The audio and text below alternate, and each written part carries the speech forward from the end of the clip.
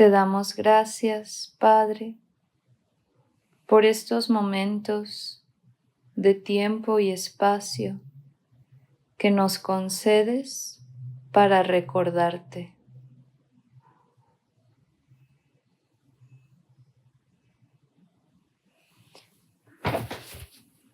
Vamos a comenzar un capítulo nuevo, el número 4,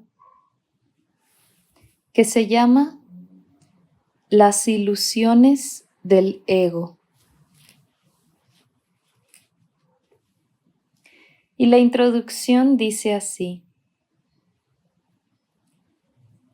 la Biblia dice que si un hermano te pide que camines con él 1 milla, que le acompañes 2. Ciertamente no sugiere que le retrases en su viaje. Tu dedicación a un hermano no puede tampoco retrasarte a ti. Solo puede conducir a un progreso mutuo.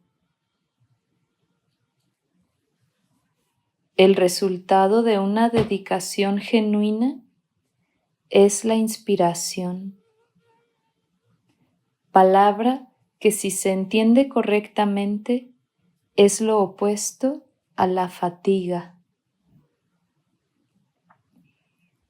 Estar fatigado es estar desanimado, mas estar inspirado es estar en el espíritu.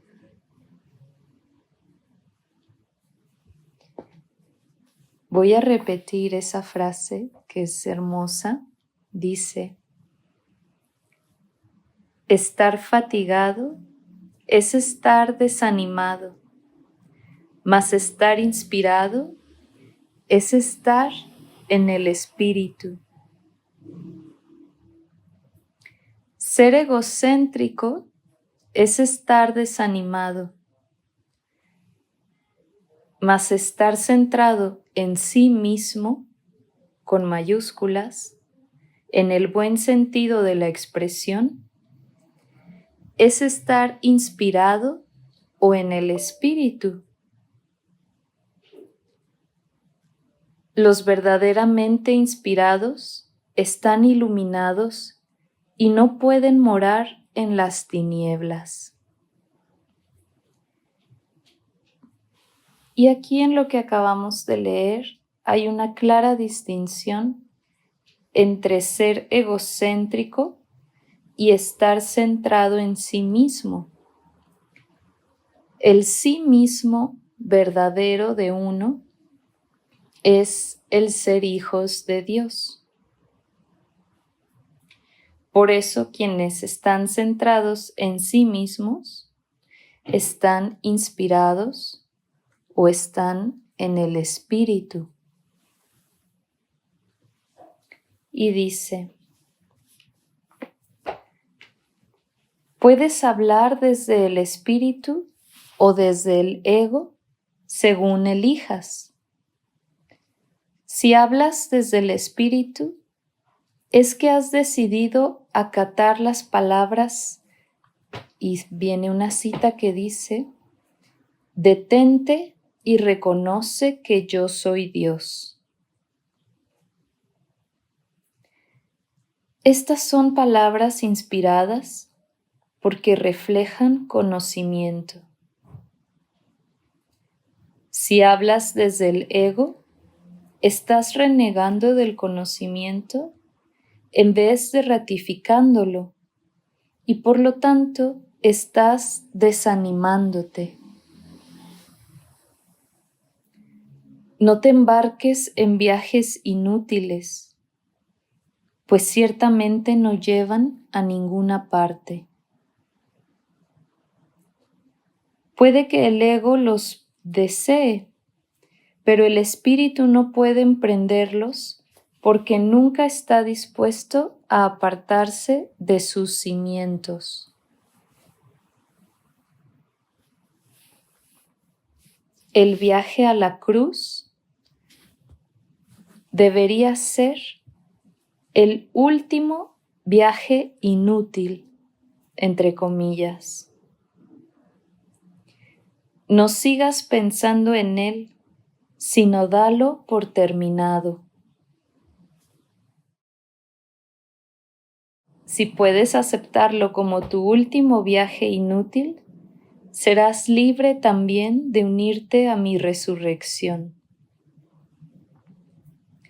Hasta que no lo hagas, estarás desperdiciando tu vida, ya que ésta simplemente seguirá siendo una repetición de la separación, de la pérdida de poder, de los esfuerzos fútiles que el ego lleva a cabo en busca de compensación y finalmente de la crucifixión del cuerpo o de la muerte. Estas repeticiones continuarán indefinidamente hasta que voluntariamente se abandonen. No cometas el patético error de aferrarte a la vieja y rugosa cruz. El único mensaje de la crucifixión es que puedes superar la cruz. Hasta que no la superes, eres libre de seguir crucificándote tan a menudo como quieras. Y aquí haremos un paréntesis porque parece que esta frase nos queda a todos. El viaje a la cruz al que se refiere es precisamente todo el tiempo que invertimos en el mundo de la separación, en el mundo del ego, en el mundo de la conmiseración, donde andamos en el día a día frustrados, con prisas, con preocupaciones, pendientes, lamentos, dolores y en general todo tipo de sufrimiento. Y esto, aquí dice, continuará indefinidamente hasta que voluntariamente lo abandonemos ese sufrimiento. Y hasta que no superemos la creencia en esas falsedades en donde el Hijo de Dios, que comparte con su Padre el ser omnipotente y eterno y plenamente dichoso, se cree tan frágil y vulnerable que sufre. Entonces, hasta que no superemos esa creencia, dice aquí, eres libre de seguir crucificándote tan a menudo como quieras. Es decir, eres libre de optar por llevar una vida triste, decepcionante, frustrante,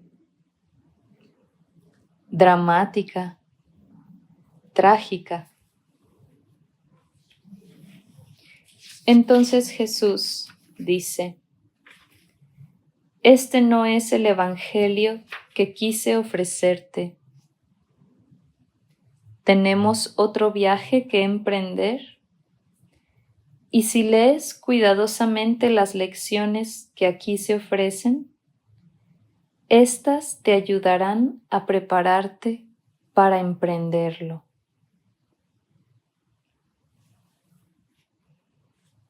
Y aquí termina la introducción a este cuarto capítulo.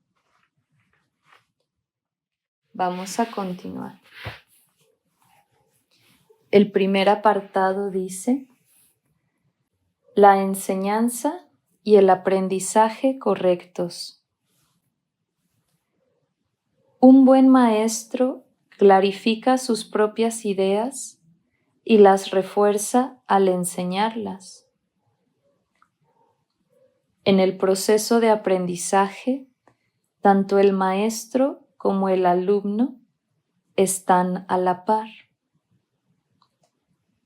Ambos se encuentran en el mismo nivel de aprendizaje.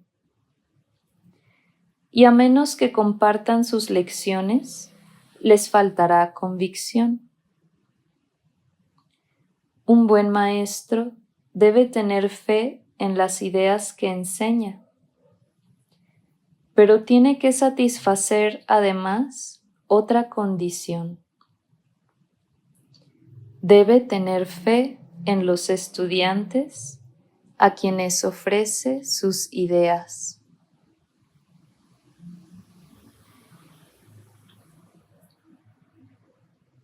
Muchos montan guardia en torno a sus ideas porque quieren conservar sus sistemas de pensamiento intactos, y aprender significa cambiar.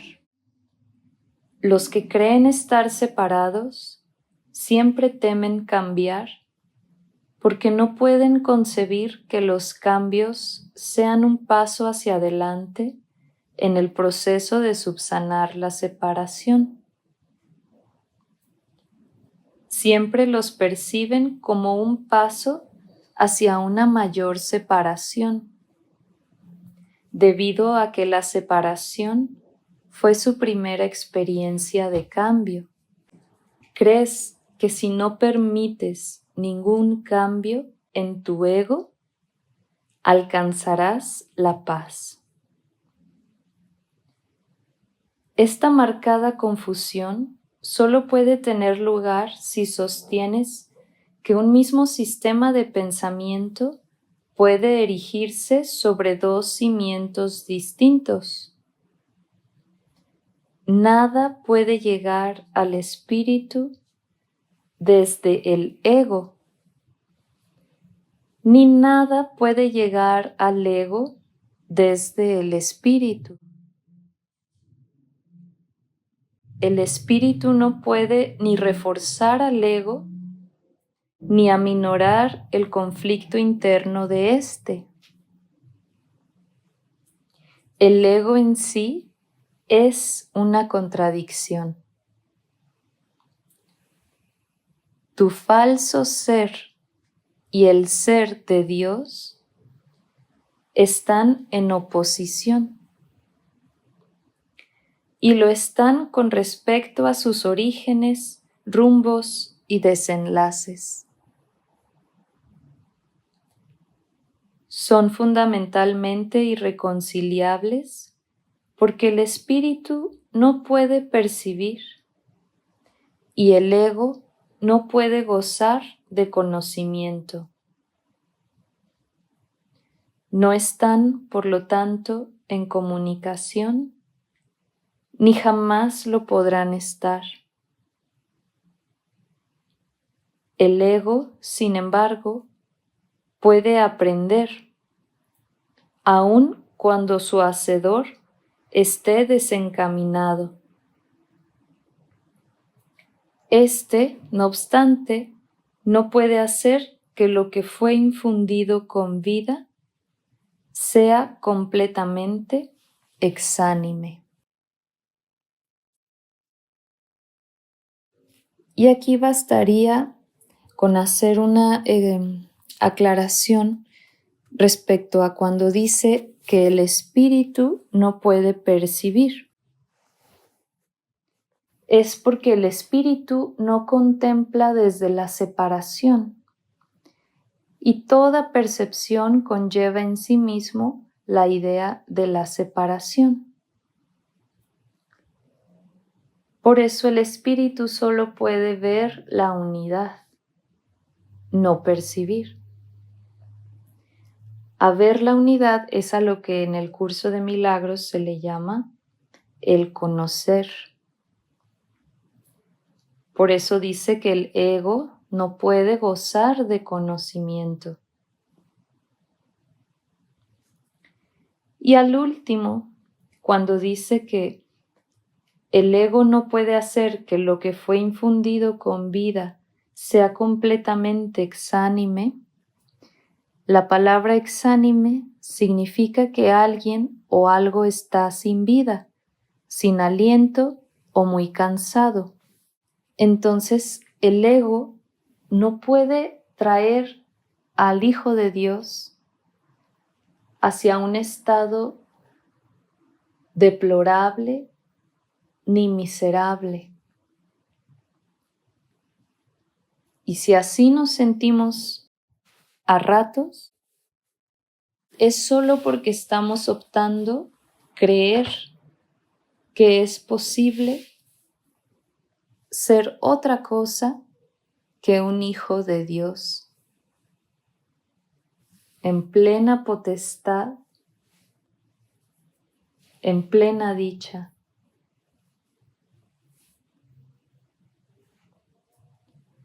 Entonces dice, el espíritu no tiene necesidad de que se le enseñe nada, pero el ego sí. El proceso de aprender se percibe en última instancia como algo aterrador porque conduce no a la destrucción del ego, sino al abandono de éste a la luz del espíritu. Este es el cambio que el ego no puede sino temer, puesto que no comparte mi caridad. La lección que yo tuve que aprender es la misma que tú tienes que aprender ahora. Y puesto que la aprendí, puedo enseñártela. Nunca atacaré a tu ego, si bien estoy tratando de enseñarte cómo surgió tu sistema de pensamiento.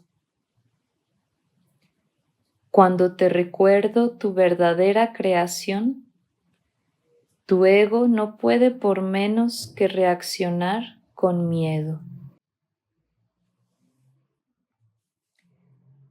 Y esto nos lo dice el Maestro de Maestros, que es Jesús.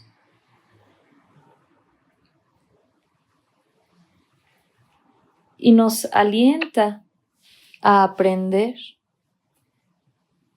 diciendo que la lección que Él tuvo que aprender es la misma que ahora nos toca aprender.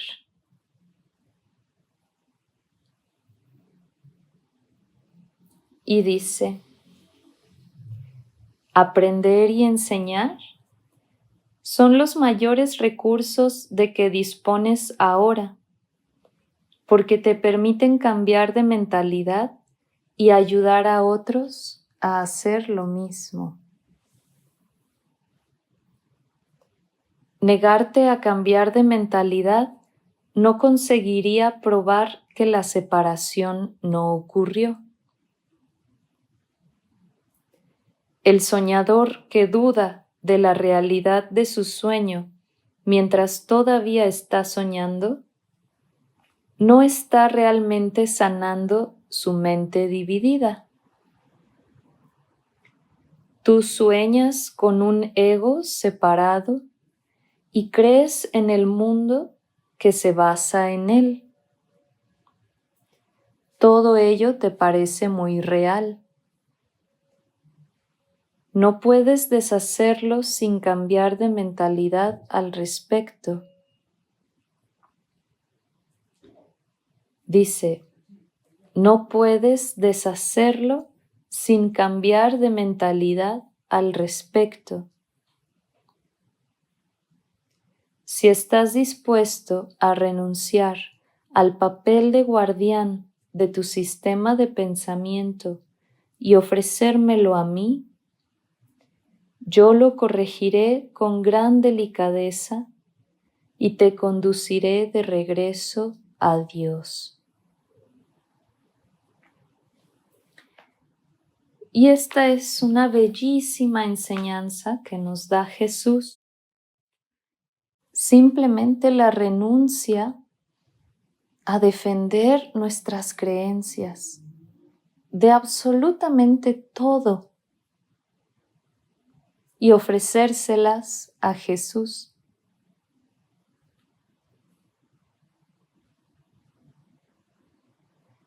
desde las creencias más básicas hasta las más profundas. Es decir, desde la creencia de cuántos años tengo, cuál es mi nombre, a qué me dedico y todo eso que nos contamos en el día a día, hasta nuestras creencias sobre la muerte, sobre el nacimiento, sobre el bien y sobre el mal. Todo ese sistema de pensamiento lo podemos ofrecer a Cristo.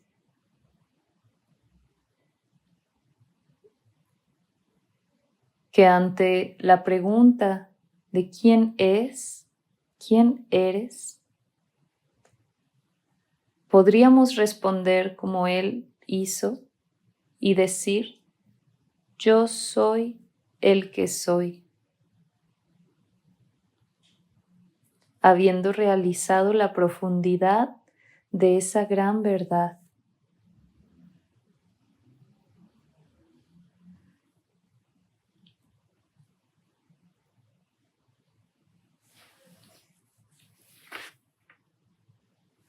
Y dice,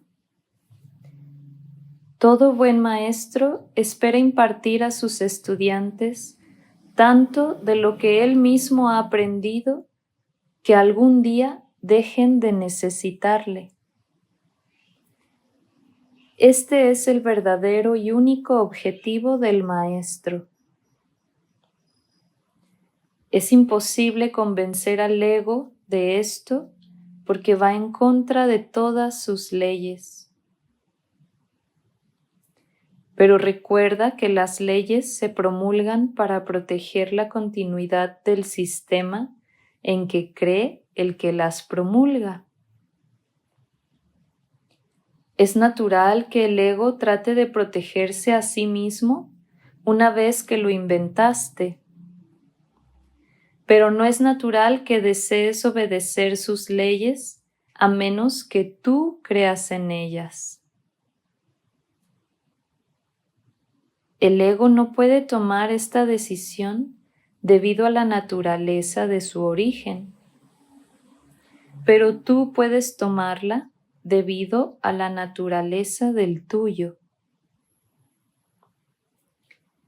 Y esto quiere decir que solamente en nosotros está la capacidad de elegir. Al ser hijos de Dios, podemos elegir entre la verdad que Dios nos da o la falsedad que el ego inventa. Y aquí nos vuelve a otorgar esa responsabilidad. Sería mucho más fácil decir, es que todo el sistema de pensamiento que el ego arroja sobre mi mente es inevitable. Pero lo que nos dice Cristo en este texto, en esta lección, es que la capacidad de elegir o de decidir sí está en nuestras manos.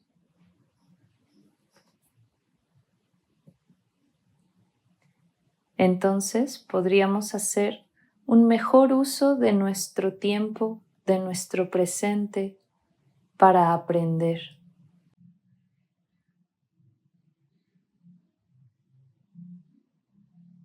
Y bueno, hasta aquí.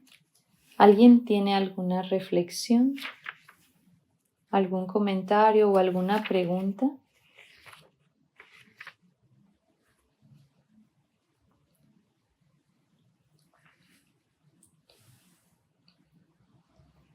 El último párrafo que leeremos en esta ocasión dice: los egos pueden chocar en cualquier situación, pero es imposible que el espíritu choque en absoluto. como paréntesis, recordar que ninguna parte del espíritu es cuerpo, ni materia, ni cosa sólida. Por eso no puede chocar con absolutamente nada. Dice, si percibes a un maestro simplemente como un ego más grande, sentirás miedo, ya que agrandar un ego es aumentar la ansiedad que produce la separación. Enseñaré contigo y viviré contigo si estás dispuesto a pensar conmigo. Pero mi objetivo será siempre eximirte finalmente de la necesidad de un maestro.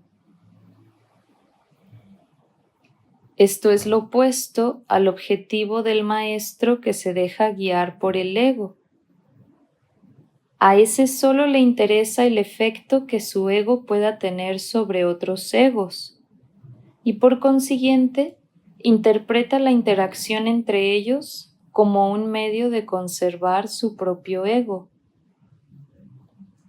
Yo no podría dedicarme a enseñar si creyese eso, y tú no serás un maestro dedicado mientras lo creas. Se me percibe constantemente como un maestro al que hay que exaltar o rechazar, pero yo no acepto ninguna de esas dos percepciones de mí mismo. Y es maravilloso como en este cuarto capítulo dedicado a las ilusiones del ego, los dos primeros temas que se abordan son el de la enseñanza y el del aprendizaje. Y Cristo en toda su humildad nos pide no exaltarlo y tampoco rechazarlo. Simplemente nos pide aprender hasta el momento en el que podamos reconocer que no hay mejor maestro que uno.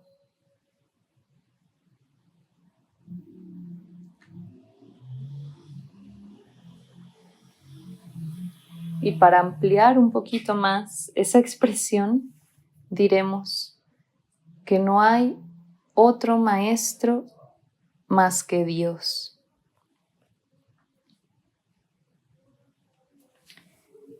Entonces aquí se nos exhorta a aprender y al mismo tiempo a enseñar.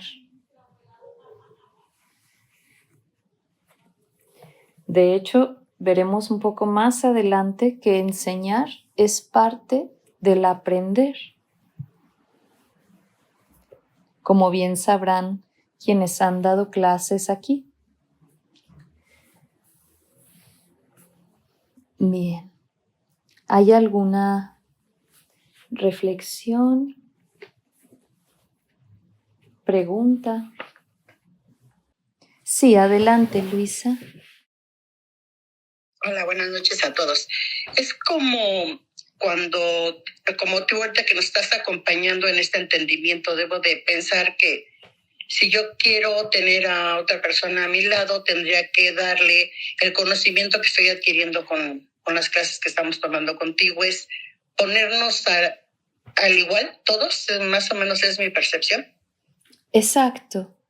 Todos, como aquí se dice, a la par. Dice tanto el maestro como el alumno estamos a la par. Cuando hay aprendizaje es un solo nivel. Y por eso habla sobre cómo hay veces que pensamos que el maestro es el que tiene un ego más grande, es decir, una personalidad más imponente, ¿no? Una presencia más autoritaria. Pero eso es un error de percepción. Realmente el maestro y el alumno forman parte del mismo proceso, por eso están uno a uno. Y por eso Jesús era sencillísimo.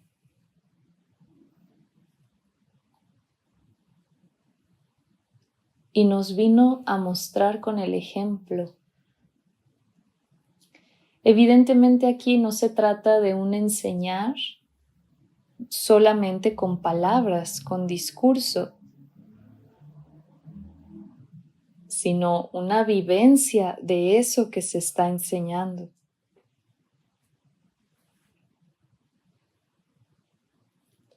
Por lo mismo, no es una instrucción de salir a la calle y leer en voz alta estos textos, por ejemplo, o la Biblia o cualquier otra escritura sagrada, sino salir a la calle y practicar. Salir a la calle o quedarse en casa, pero encarnar estas lecciones, este aprendizaje. Y de esa forma uno enseña. No con el pizarrón ni el gis o el plumón en mano, sino con el ejemplo. Y muchas veces ese ejemplo se da en medio del silencio,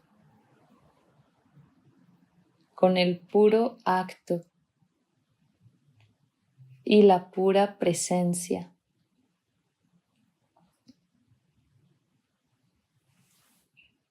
Entonces, doble responsabilidad. Aprender, es decir, estar dispuestos a cambiar, a soltar toda creencia rígida que el ego sostenga y defienda a capa y espada. Desde una postura política, económica, un estatus social, la imagen que tengamos del amigo, del enemigo, la historia que nos contamos sobre quiénes somos. Vamos, hasta todo el valor que le podemos dar a nuestra cuenta bancaria, a nuestras posesiones, el orgullo que sintamos de algo en nuestras vidas, todo eso dejarlo en manos de Cristo, ofrecérselo a Cristo.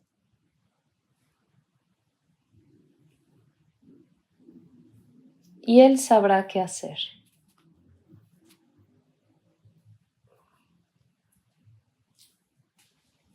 Adelante, Leticia.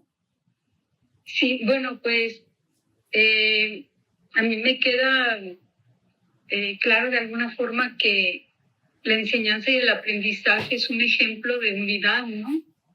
Y precisamente la fe sosteniendo ese proceso, esa unidad, la fe en lo que uno cree, ay no, es que no sería creer, en lo que uno sabe a través de Dios, digamos, y en quien está aprendiendo, pero sin olvidar que uno está siempre aprendiendo y estar en esa disposición. Claro. Totalmente. En el aprender y en el enseñar reina esa unidad que es sagrada, que es divina. Y por eso está hombro con hombro, o estamos a la par. ¿Cómo podríamos aprender sobre la unidad y enseñar la unidad creyéndonos que sabemos más que el otro o creyendo que sabemos menos que el otro? ¿Verdad que ahí no habría congruencia? Entonces uno se va despojando de toda esa incongruencia, complejidad innecesaria para quedarse cada vez más vacíos de creencias, de separaciones, de niveles, de estratos, y simplemente ponernos con toda nuestra fe en las manos de Dios.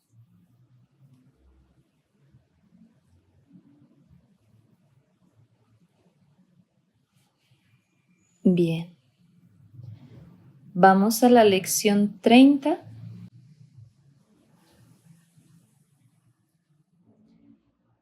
del libro de ejercicios, y esta lección es gloriosa, verdaderamente. Hemos llegado hasta aquí, hasta el día 30, la lección 30, y lo que vamos a practicar en esta lección es medicina para el alma. Dice: Dios está en todo lo que veo, porque Dios está en mi mente.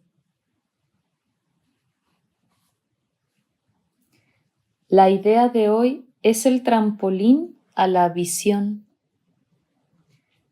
Por medio de esta idea, el mundo se abrirá ante ti y al contemplarlo verás en él lo que nunca antes habías visto. Y lo que antes veías ya no será ni remotamente visible para ti. Hoy vamos a intentar un nuevo tipo de proyección. No vamos a tratar de deshacernos de lo que no nos gusta viéndolo afuera. En lugar de ello, trataremos de ver en el mundo lo que está en nuestras mentes, y lo que deseamos reconocer se encuentra allí. Así pues, estamos tratando de unirnos a lo que vemos, en vez de mantenerlo separado de nosotros. Esa es la diferencia fundamental entre la visión y tu manera de ver. Aquí en lo que acabamos de leer, nos está dando una pista de una nueva disposición a la práctica, que es decir, no vamos a tratar de deshacernos de lo que no nos gusta viéndolo afuera.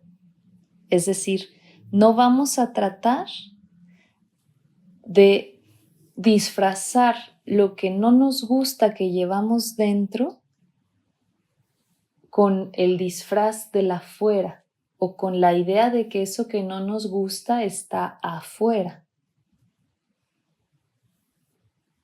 En lugar de ello dice, trataremos de ver en el mundo lo que está en nuestras mentes.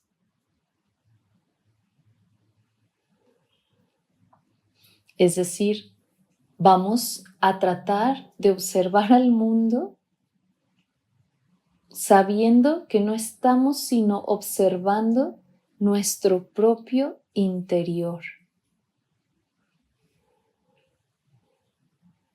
Qué curioso, ¿verdad? Es como un cambio en el paradigma de la visión. Dime cómo ves el mundo y te diré qué hay en tu interior. Dice: la idea de hoy debe aplicarse tan frecuentemente como sea posible a lo largo del día. Cada vez que tengas un momento, repítela lentamente para tus adentros, mirando a tu alrededor y tratando de comprender que la idea es aplicable a todo lo que ves ahora o podrías ver ahora si estuviese al alcance de tu vista. La idea es: Dios está en todo lo que veo, porque Dios está en mi mente. La verdadera visión no está limitada por conceptos tales como cerca o lejos. Para que te vayas acostumbrando a esta idea, trata de pensar, a medida que aplicas la idea de hoy, en cosas que estén más allá de tu alcance visual, así como en aquellas que de hecho puedes ver. ¿Sí?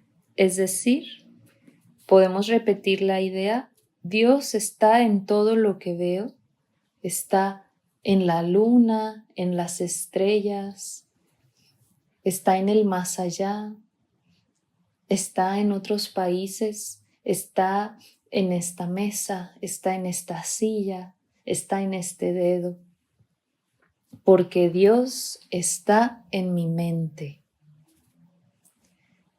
Entonces las sesiones de práctica ya no van a consistir solamente en aplicar la idea a los objetos que vemos, sino incluso a los que podamos imaginar o pensar. Dice: la verdadera visión no solo no está limitada por el espacio ni la distancia, sino que no depende en absoluto de los ojos del cuerpo. La mente es su única fuente. Como ayuda adicional para que te vayas acostumbrando cada vez más a esta idea, dedica varias sesiones de práctica a aplicarla con los ojos cerrados, usando cualquier tema que te venga a la mente, mirando en tu interior en vez de afuera. La idea de hoy es aplicable por igual tanto a lo uno como a lo otro.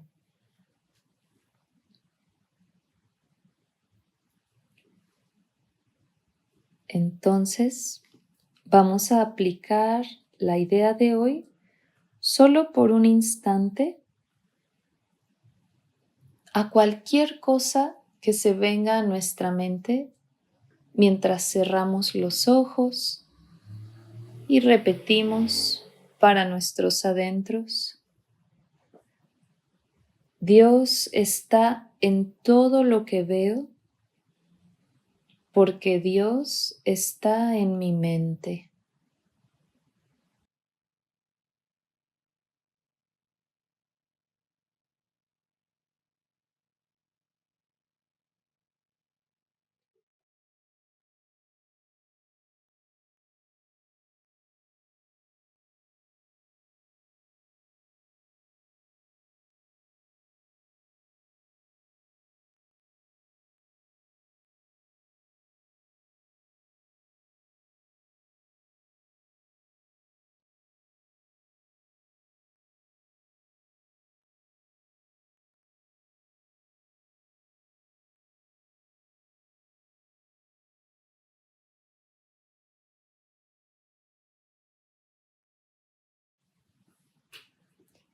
Y bien, vamos cerrando esa sesión. En este caso no hay como tal un tiempo límite o tiempo recomendado. Puede ser solamente nombrar un par de imágenes, de objetos, y después continuar con el día a día y hacer esta práctica el mayor número de veces posible. ¿Cómo les fue?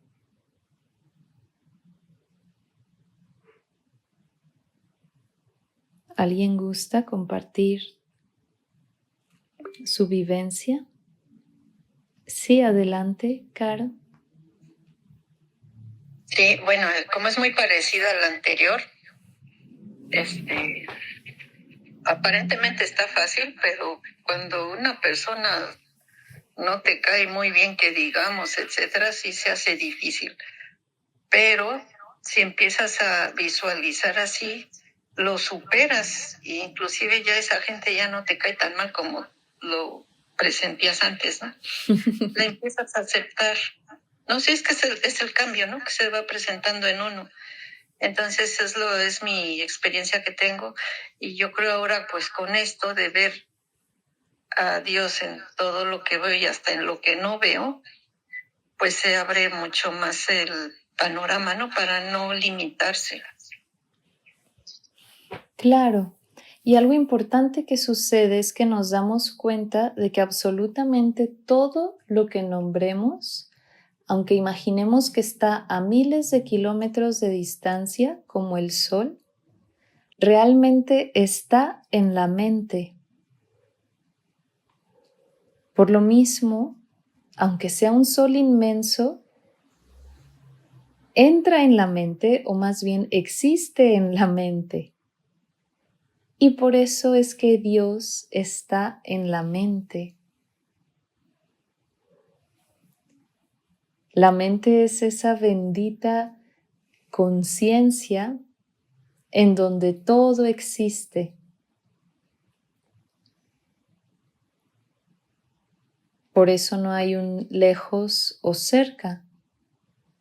Piensen en lo más distante, en lo más gigante, y se darán cuenta de que cabe en su mente.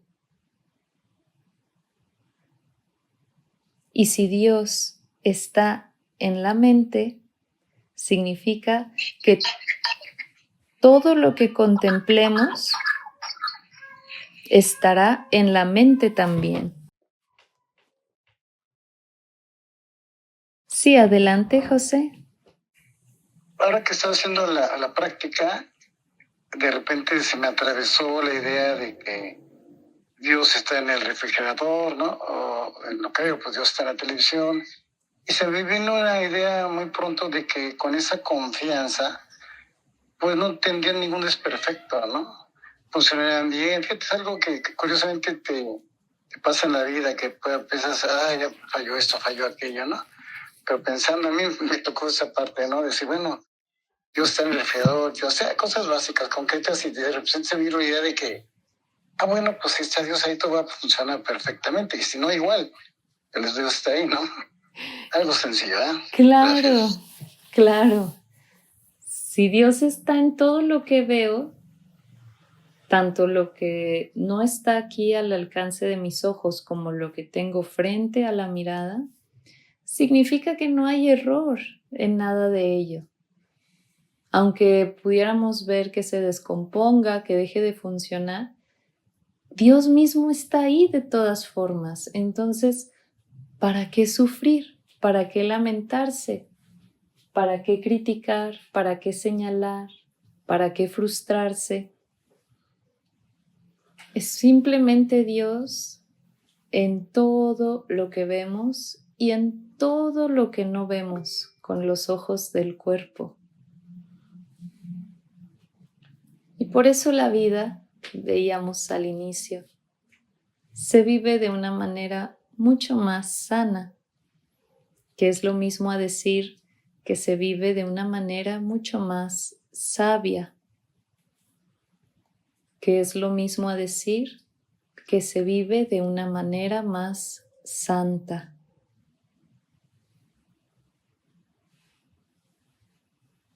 Sin estar peleando con el mundo, al menos, con el refrigerador. Sí, adelante, Carolina. Sí, mira, voy a decir algo un poquito fuerte, ¿eh? Por ejemplo, ahorita que está la guerra en Irán, yo sé de un episodio en el cual había una guerra y de repente los dos bandos vieron una cruz y al menos por un tiempo dejaron de matarse. Entonces yo pienso que si la mayoría de la gente pensamos así, tú puedes detener una guerra, por increíble que parezca, ¿eh? Porque si todos con la mente pensamos, Dios está en todos lados, y que a estos señores que están en guerra les cambie un poquito la mentalidad, claro que sí podemos hacer ese cambio. Uh-huh. En algún momento, John Lennon y Yoko Ono publicaron un cartel, un espectacular gigante, cuando era lo de Vietnam, que decía: la guerra se acaba si tú quieres. War is over if you want it. Y lo curioso es que antes de referirse a la guerra política entre dos naciones, con víctimas, muertes y demás, esta frase apuntaba a la guerra interna que cada ser lleva en su corazón. Esa es la guerra que hay que pacificar. Esa es la guerra que debe acabar ya.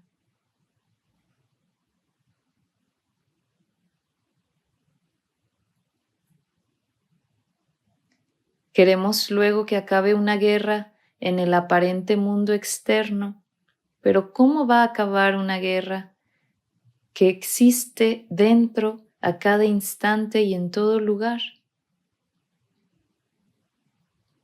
Vivir bajo el yugo del ego es vivir en un constante bombardeo, en un constante terror.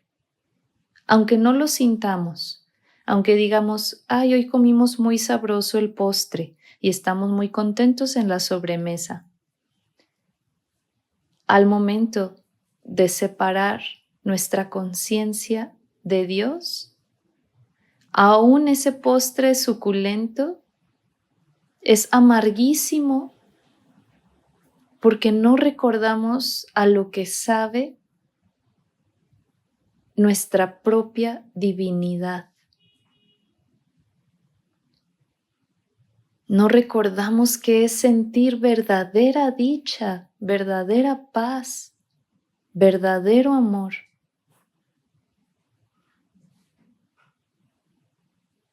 Y es eso lo que debemos cultivar. Cada quien con uno solo, con uno mismo, promulgando con el ejemplo esa enseñanza y sí, compartiendo desde la vivencia ese amor. Si no hay otro comentario, vamos a concluir la sesión.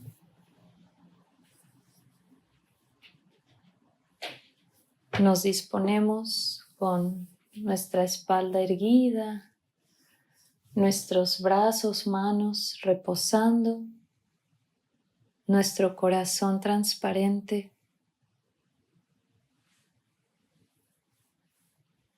Agradecemos a Cristo, al Espíritu Santo y a Dios nuestro Padre por enseñarnos y permitirnos aprender.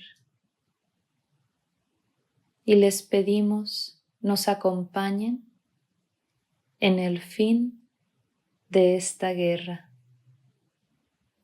Amén.